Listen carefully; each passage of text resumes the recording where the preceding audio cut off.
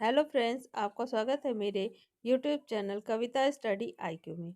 और मैं कविता आपको बताने जा रही हूँ कुछ इम्पोर्टेंट टॉपिक जो आपके कॉम्पिटिटिव एग्ज़ाम के अकॉर्डिंग बहुत ही महत्वपूर्ण हैं। ठीक है, जैसा कि जान रहे हैं आप कि लॉकडाउन के बाद आपके बहुत सारे जो एग्ज़ाम हैं वो लगे हुए हैं।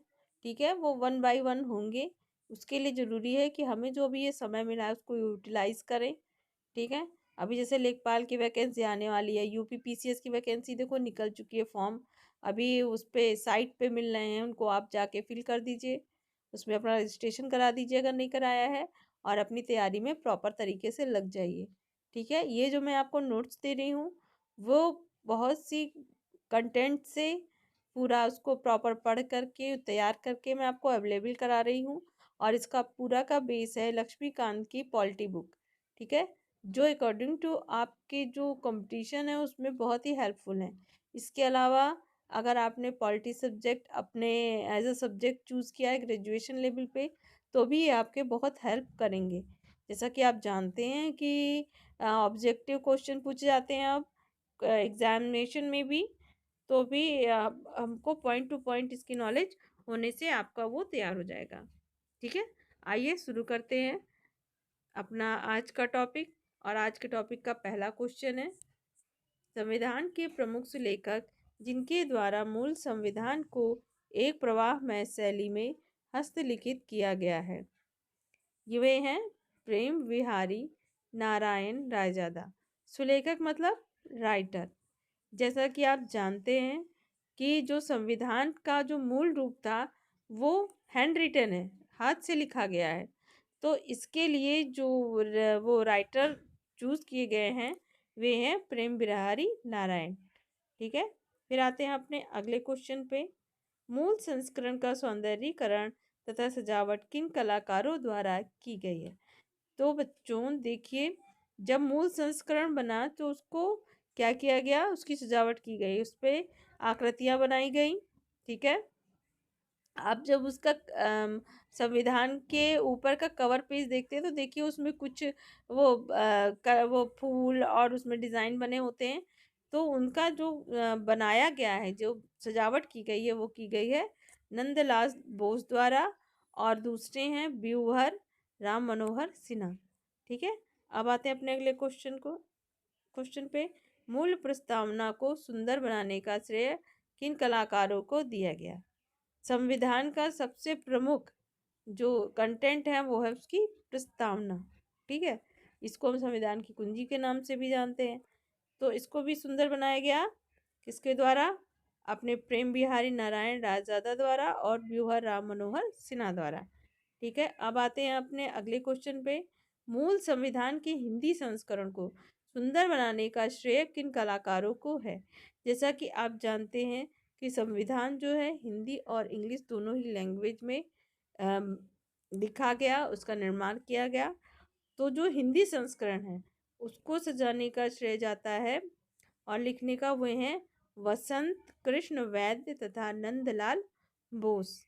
ठीक है, फिर है हमारा अगला क्वेश्चन, पहली निर्वाचित संसद कब अस्तित्व में आई? तो बच्चों पहली निर्वाचित संसद आई हमारी 1952 में। ठीक है, पहले भी संसद थी, लेकिन संसद जैसे संविधान के स्वतंत्रता के तुरंत बाद ही चुनाव नहीं हुए। ठीक है, तो जो पहले से वो चल रहा था कार्य व्यवहार, उसका प्रॉपर तरीके से संसद थी वो चल रहा था, उसमें हमने अपनी तरफ से नहीं निर्वाचित किसी को भेजा था। ठीक है, वो छोटे एरिया से वो प्रतिनिधि चुने गए और उनका चुनाव भी फिर चुने हुए प्रतिनिधियों में से किया गया।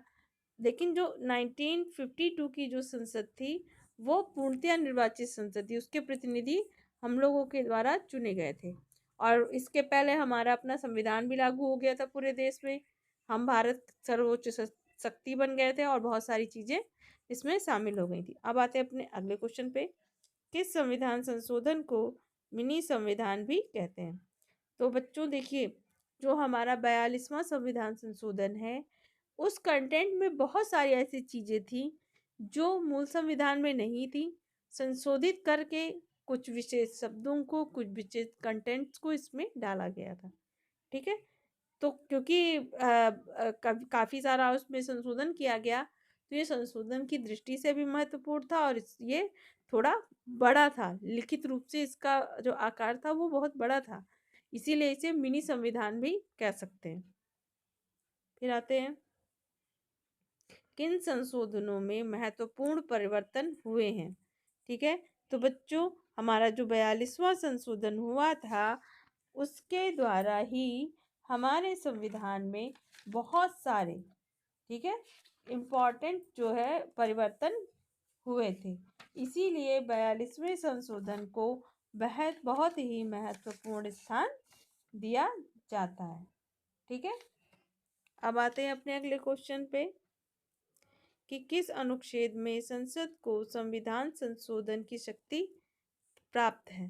तो बच्चों वो संशोधन अनुच्छेद है हमारा 368 यानी 368।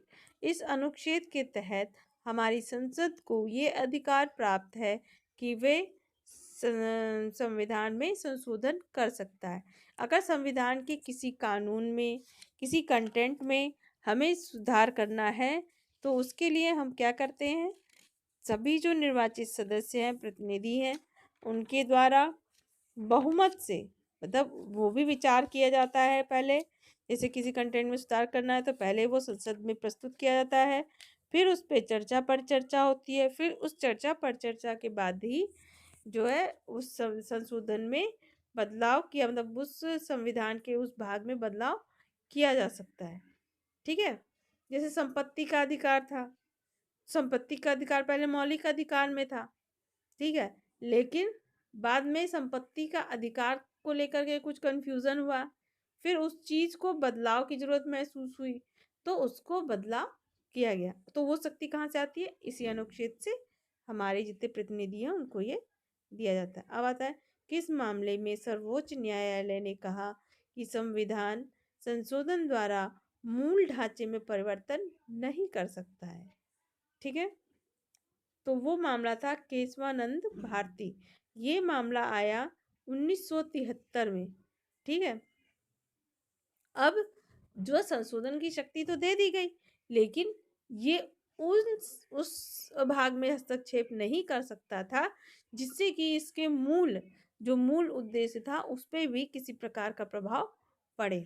ठीक है, अब ये केशवानंद भारती क्या मामला है, इसके बारे में हम आगे विस्तृत चर्चा करेंगे, पर अभी वन लीनियर क्वेश्चन में हम सिर्फ इतना बताते हैं कि इसके द्वारा जो ये केस आया था उसमें जो संशोधन किया गया, ठीक है, उस संशोधन को जो है मान्यता देने में कठिनाई आई, या कह सकते नहीं दी गई। क्यों? फिर इस चीज को जब कानूनी तौर पर उसको उसके लिए क्या कहते हैं कर्या प्रतिक्रिया हुई, तो सर्वोच्च न्यायालय ने ये कहा कि संशोधन करने का तो अधिकार है, लेकिन वो उस भाग में संशोधन नहीं कर सकती है जिसका संबंध मौलिक ढांचे से है। ठीक है, जिससे उसके मूल रूप को बरकरार रखा जाए कि जिस उद्देश्य को लेकर के वो बनाया गया था। ठीक है, अब आते हैं अपने अगले क्वेश्चन पे, वर्तमान संविधान में कुल कितने अनुच्छेद हैं और अनुसूचियां हैं। तो अब हम बताएंगे आपको बच्चों कि हमारे जो वर्तमान समय में जो है कुल अनुच्छेद हैं 448 और अनुसूचियां हैं 12 और इसमें भाग हैं 25। ठीक है, लेकिन जब संविधान बनाया गया था तो उसमें जो है इतने जो है अनुच्छेद नहीं थे। ठीक है, कुछ अनुच्छेद बाद में जोड़े गए, अनुसूचियां 8 थी, 4 अनुसूचियां बाद में जोड़ी गई। ठीक है, इस प्रकार से, और भाग तो 25 पहले भी थे और अब भी हैं। ठीक है, अब आते हैं, देखिए अपने अगले क्वेश्चन पे लिखा है, सन 1951 में हुए विभिन्न संशोधनों के द्वारा कितने अनुच्छेद और अनुसूचियां जोड़ी गई, किसमें, हमारे अपने संविधान में। तो बच्चों जो संशोधन के द्वारा 90 अनुच्छेद और 4 अनुसूचियां जो है संविधान में जोड़ी गई। ठीक है, अब आते हैं अपने अगले क्वेश्चन पे। हमारा अगला क्वेश्चन है कि भारत के संविधान के निर्माण विश्व के विभिन्न संविधान को छानने के बाद किया गया है।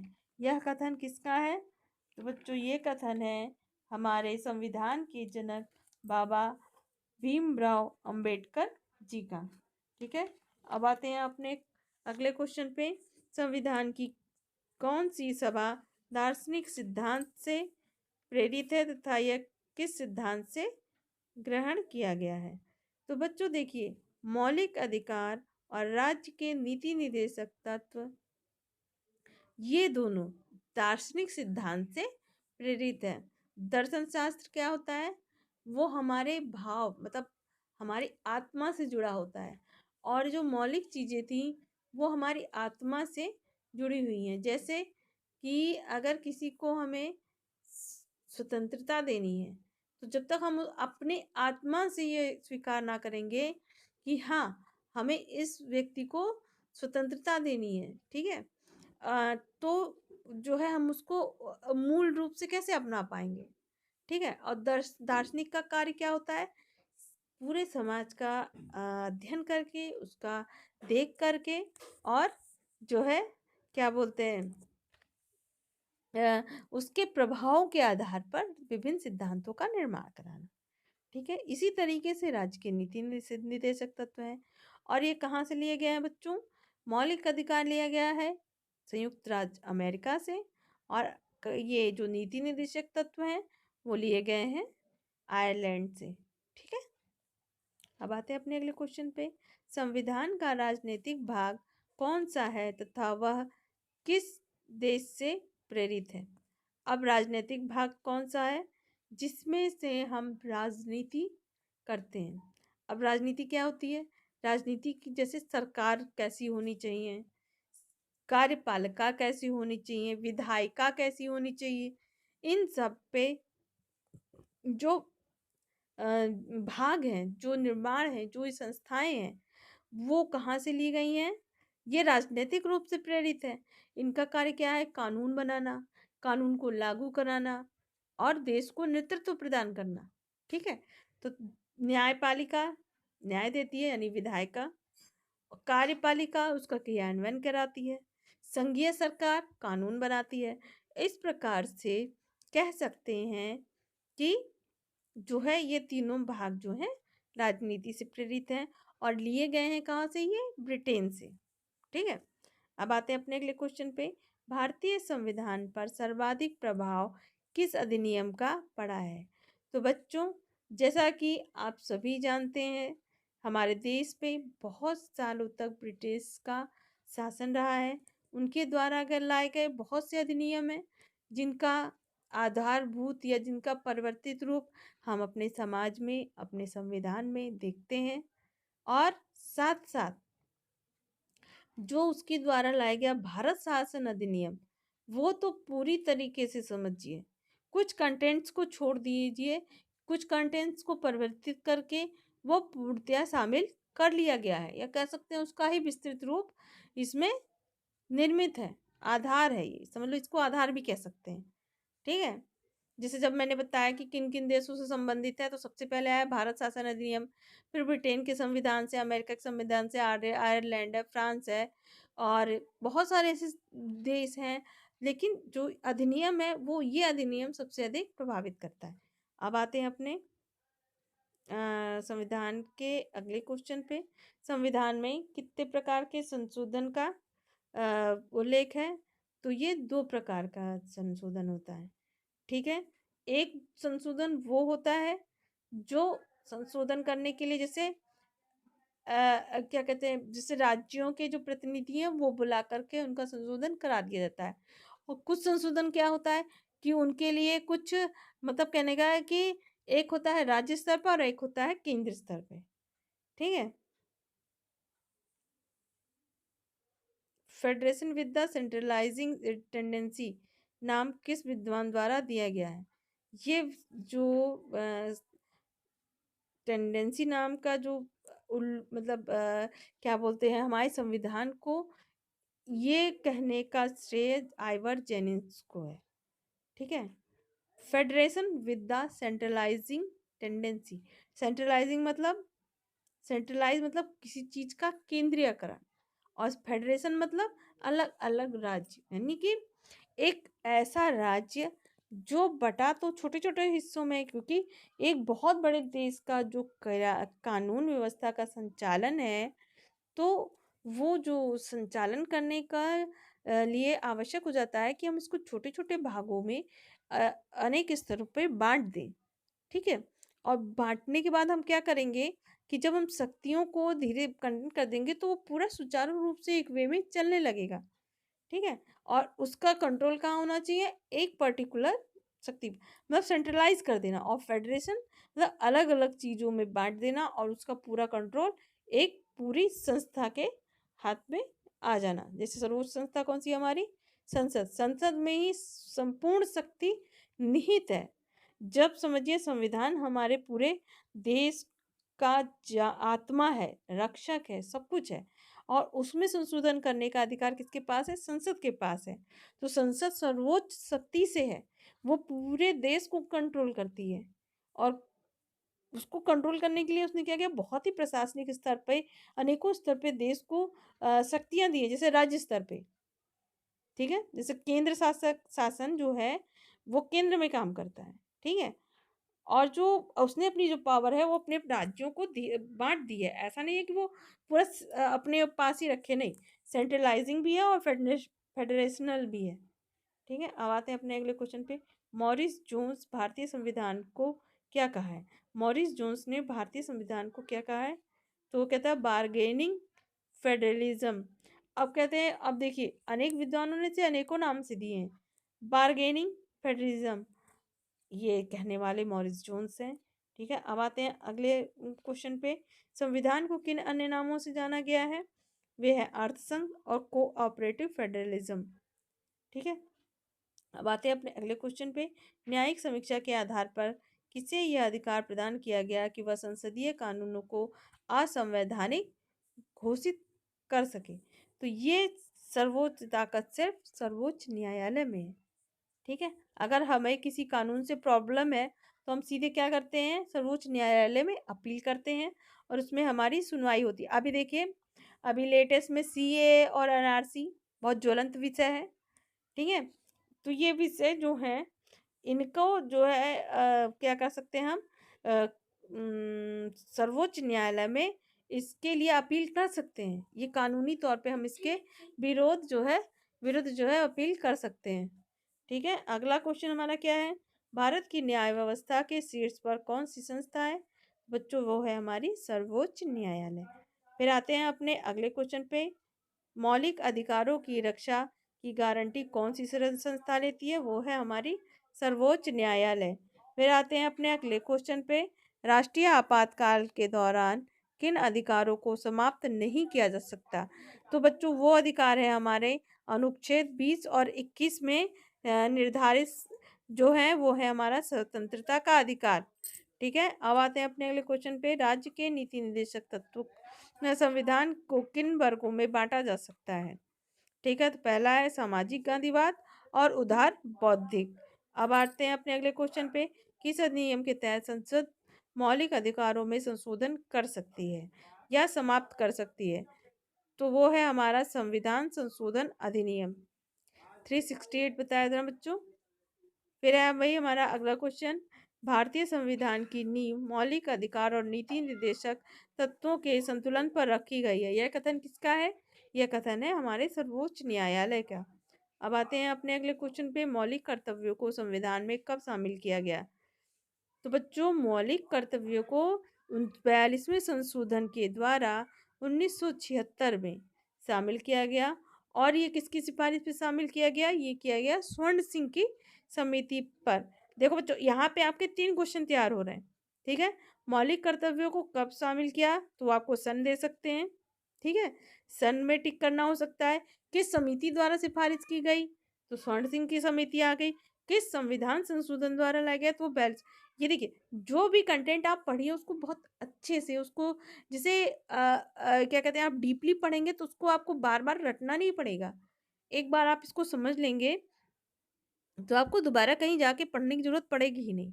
ठीक है, आते हैं हम अपने अगले क्वेश्चन पे। कानूनी रूप से किसे लागू नहीं करवाया जा सकता।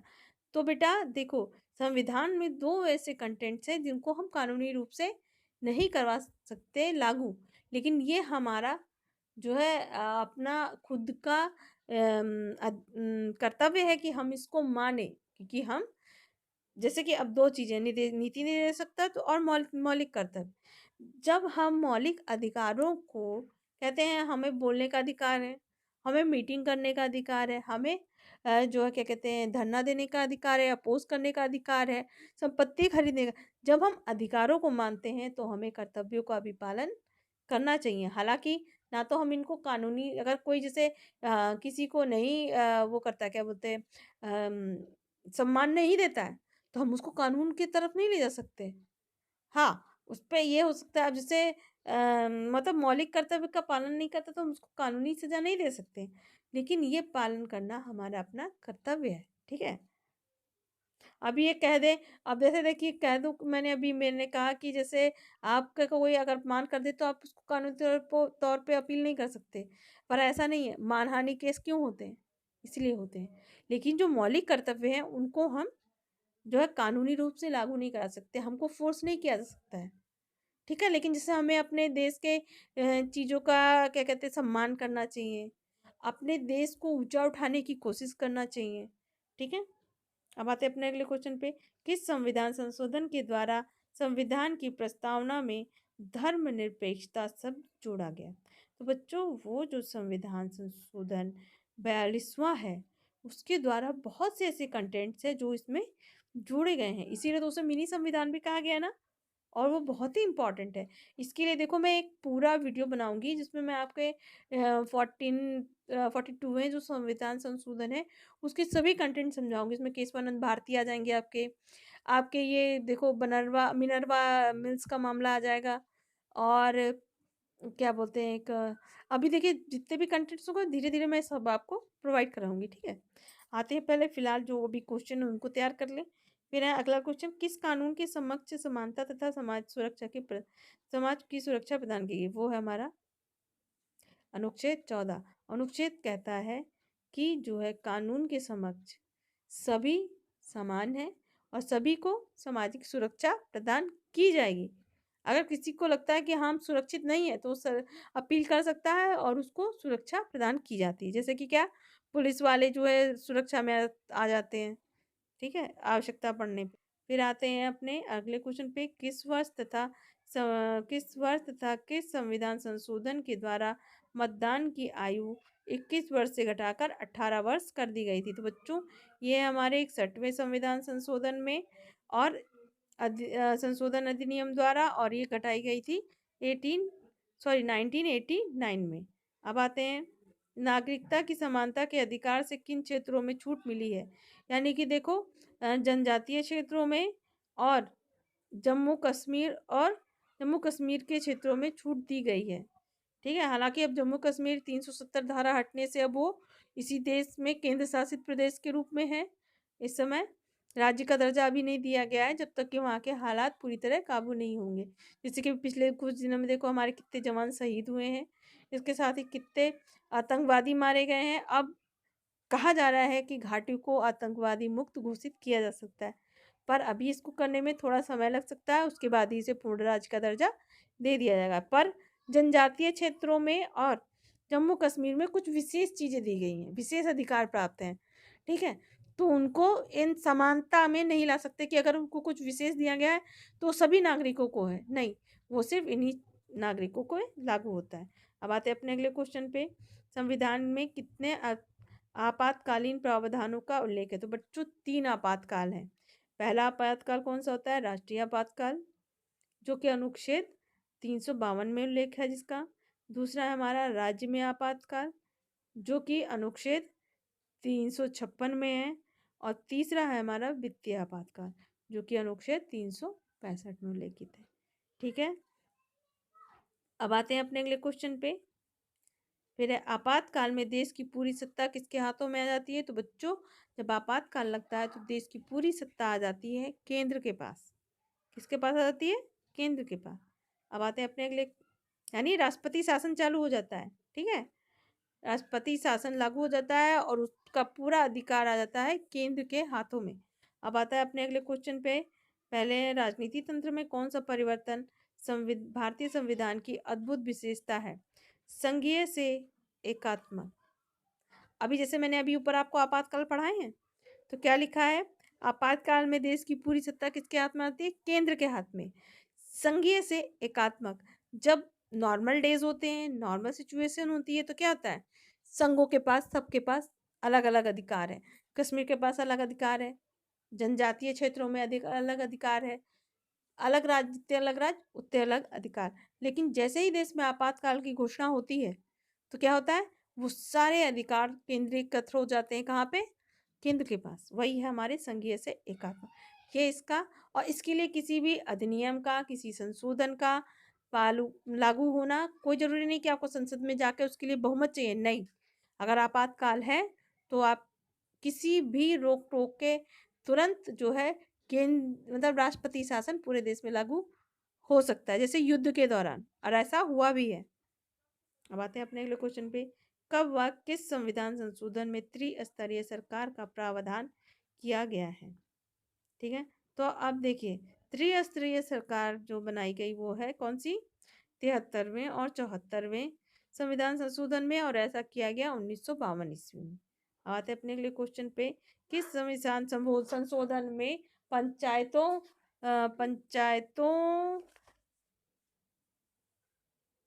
को संवैधानिक मान्यता मिली है? तो हमारा आंसर है 74वें संविधान संशोधन में।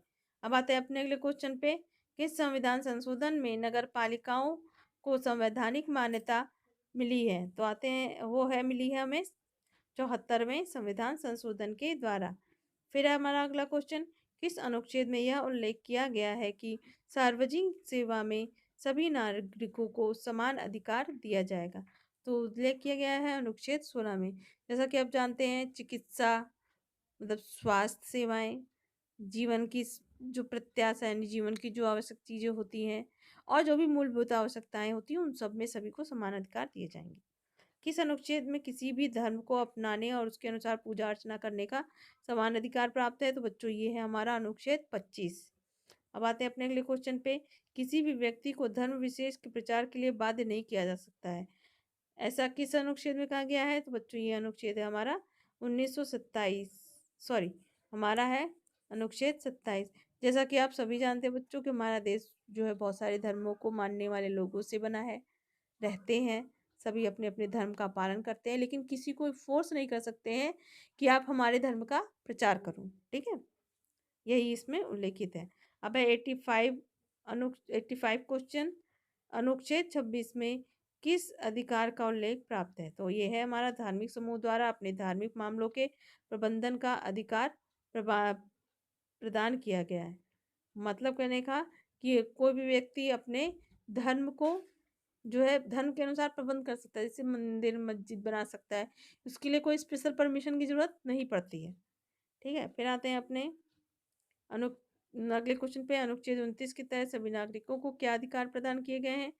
अपनी भाषा, लिपि व संस्कृति को संरक्षित करने का अधिकार है, यानी कि हमें ये अधिकार है कि हम किस परिवेश में रहते हैं, हम हमारा प्राचीन इतिहास क्या है, हम उसको लिखित रूप से संरक्षित कर सकते हैं। इसके लिए हमें किसी भी विशेष अधिकार की जरूरत नहीं पड़ती है। तो यह अधिकार हमें दिया गया अनुच्छेद 29 के तहत। अब आते हैं अपने अगले क्वेश्चन पे। किस अनुच्छेद के तहत अल्पसंख्यकों को अपनी पसंद के शैक्षिक संस्थानों की स्थापना करने, उन्हें संचालित करने का अधिकार प्रदान किया गया? तो वह अनुच्छेद 30। मतलब वो कर सकते हैं अपने धर्म के अकॉर्डिंग, अपने जो है धार्मिक संस्थाओं, शैक्षिक संस्थाओं का कर सकते हैं, जिसमें वो किसी भी प्रकार की धार्मिक पढ़ाई कर सकते हैं, बशर्ते वो समाज को नुकसानदेह ना हो। ठीक है, मतलब क्रिटिकल ना हो। ठीक है, और अब हमारा अगला क्वेश्चन है। सहकारी समितियों को संवैधानिक दर्जा और संरक्षण कब प्रदान किया गया है? तो बच्चों ये हमें प्रदान किया गया है 97 संविधान संशोधन अधिनियम 2011 के द्वारा। अब आते हैं अपने इस वीडियो के आखिरी क्वेश्चन पे।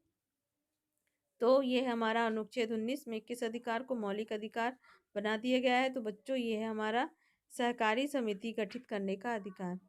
तो ये हमारा आज का आखिरी क्वेश्चन है और इसके साथ ही हमारे टॉपिक जो संविधान की जो विशेषताएं थी वो कंप्लीट होता है। मैंने आपको देखो कंटेंट सब बता दिए, समझा दिए। अगर आप इनको बहुत अच्छे से पढ़ेंगे तो आपको कहीं भी जा कर के कोई दिक्कत नहीं होगी। ठीक है। और मैं आपसे एक रिक्वेस्ट भी करूँगी कि प्लीज़ आप जा कर के मेरे और भी वीडियो देखें। तो इससे एक आपको सीक्वेंस वाइज टॉपिक वाइज आपको नोट्स वन लीनियर भी मिलेंगे।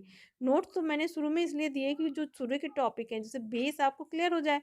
अब हम लोग सिर्फ वन लीनियर से ही अपना पूरा कोर्स कवर करेंगे। ठीक है। अब आज के बाद हमारा अगला जो टॉपिक होगा वो हमारा होगा जो है वन लीनियर वीडियो होगा, लेकिन उसका टॉपिक क्या होगा, प्रस्तावना के कुछ अन्य कंटेंट्स होंगे। ठीक है। अब आते हैं हम अपने आज का वीडियो समाप्त करते हैं। Thank you.